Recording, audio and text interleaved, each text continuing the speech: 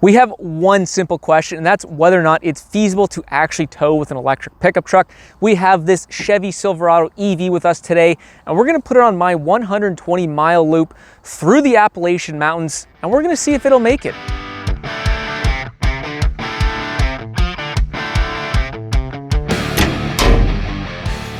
Welcome back, I'm Alex. Every now and again, I get to make a video where I truly don't know what is gonna happen.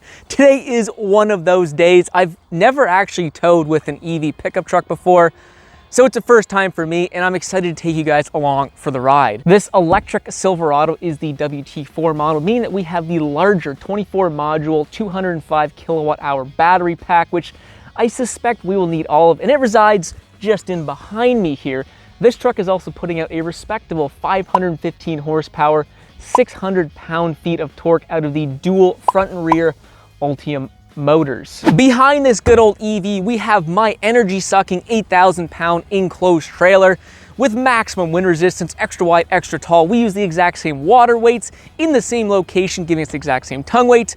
We also tow the exact same 120-mile loop. And this gives us a really nice comparison between truck and engine when it comes to things like acceleration, pulling hills, and just generally how the truck handles going down the highway. GM says this EV Silverado has the best range out of any electric pickup truck in the segment, boasting about 450 miles or 725 kilometers. But something really interesting happens when you hit that tow haul mode button. Well, this thing's been charging all night, 100%, 776 kilometers. But something interesting happens when we hit the old tow haul button.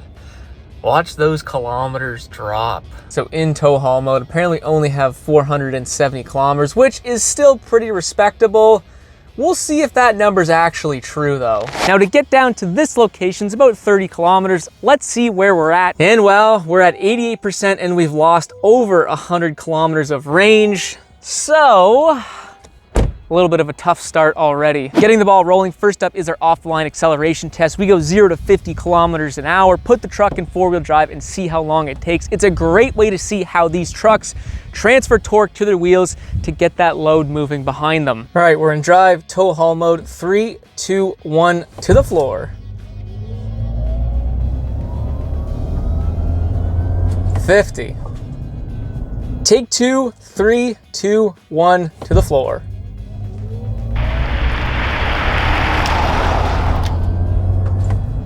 50.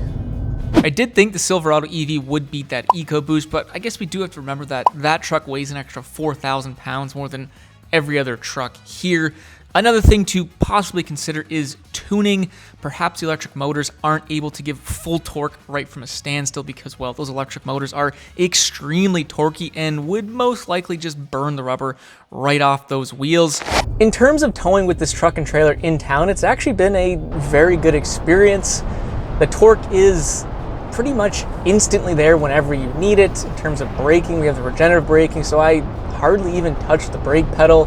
Just makes for a really nice experience. The other big factor is the weight of this truck. This truck weighs 8,500 pounds, almost about 4,000 pounds more than your typical 1,500 truck. So that 8,000 pound trailer behind us just doesn't push this truck anywhere near as much as those normal 1,500s. So again, just making for a really nice towing experience. We are ready to hit the highway, and that means our second acceleration test. We go 60 kilometers to 110 kilometers an hour, 70 miles an hour, and we time it to see how fast we can get up to that highway speed. 58, 59, 60, to the floor.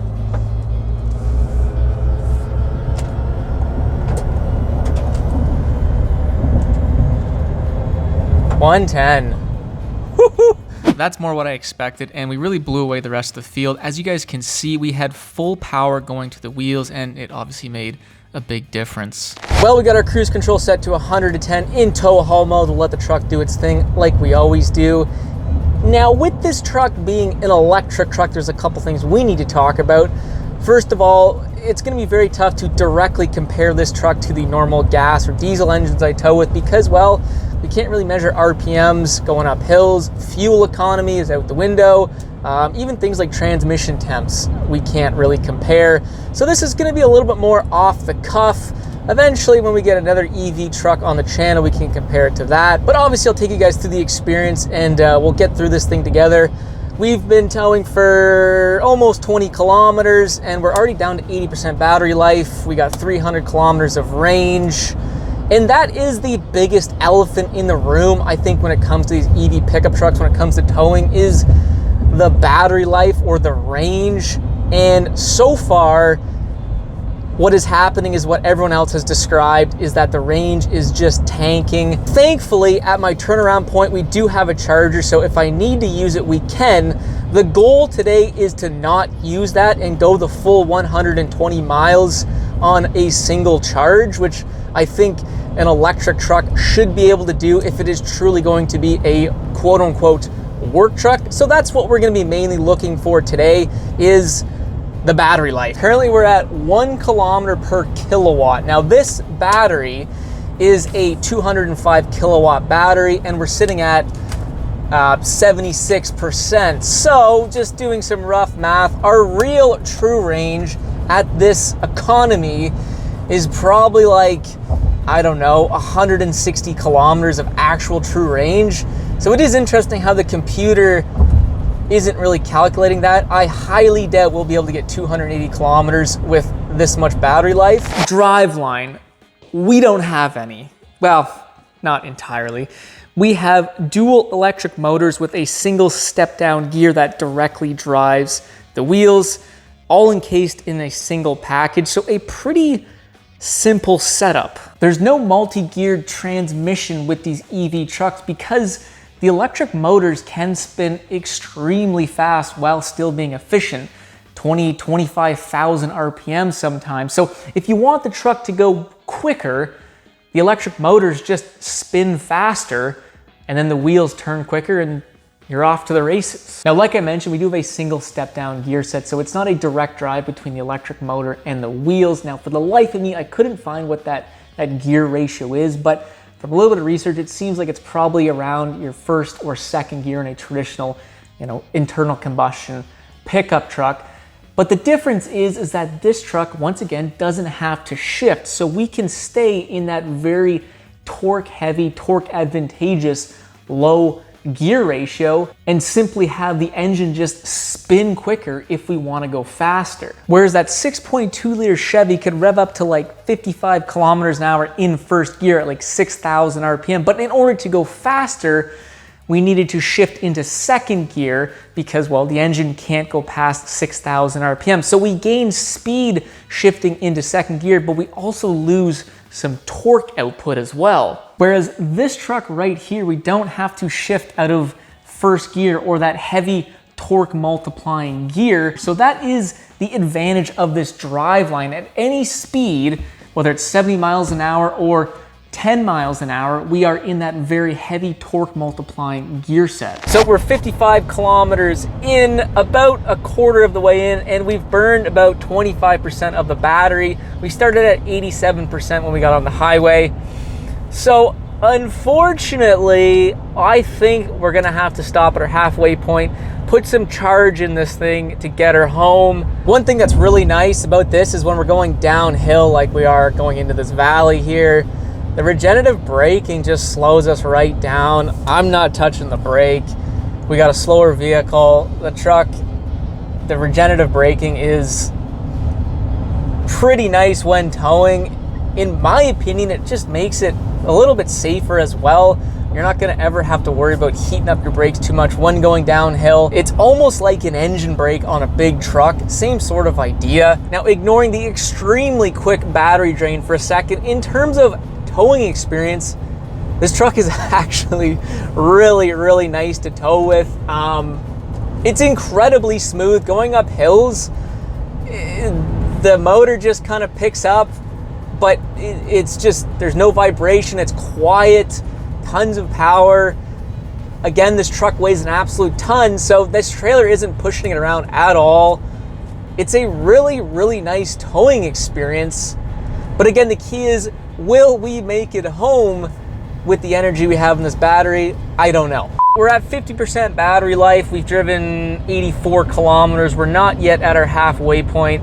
So we will 100% have to charge this thing up a little bit. We made her to the halfway point in one piece. We're at the old charging station. We got a nice big cat there. Another nice Peterbilt up and behind me. Those diesel oil burners. That's old technology, baby. This is the new stuff right here. The stuff you gotta call to get service, that stuff. So let's open her up, grab this old thing here. All right, we're in business, I think. Okay, that didn't work. Now it looks like I'll call the number and see what happens. Good news, we started charging and we should be done in like an hour and a half. I guess this will give me lots of time to to edit some footage. Why not? So it says it's in French. Les demandes. Paiement d'arrage. Yeah. Okay, je démarrage.